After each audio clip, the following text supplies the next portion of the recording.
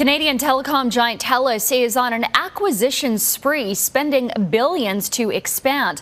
Tyler Orton with Business in Vancouver is joining us now with all of the details. And Tyler, they're spending a pretty penny.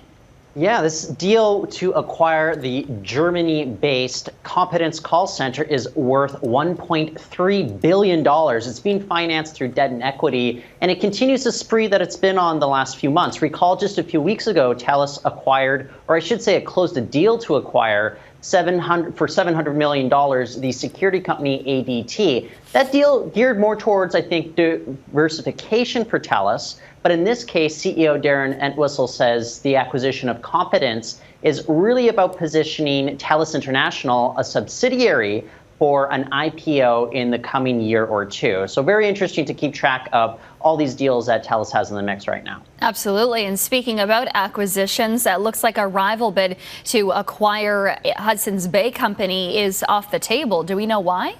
Well, it's interesting because we have HBC director David Leith. He's telling Reuters right now that the only deal that they're interested in is the one being led by the executive chairman, Richard Baker. And that deal is only worth $1.4 billion versus the one being led by Canadian private equity firm Catalyst Capital, which was worth $2.03 billion. The reason why, though, is because it's going to give the HBC board much more control over the future of the company. Whereas you look at the track record of Catalyst, you see that they actually buy distressed companies, fix them up, and then sell them for a profit. So who knows what will actually become of HBC after that.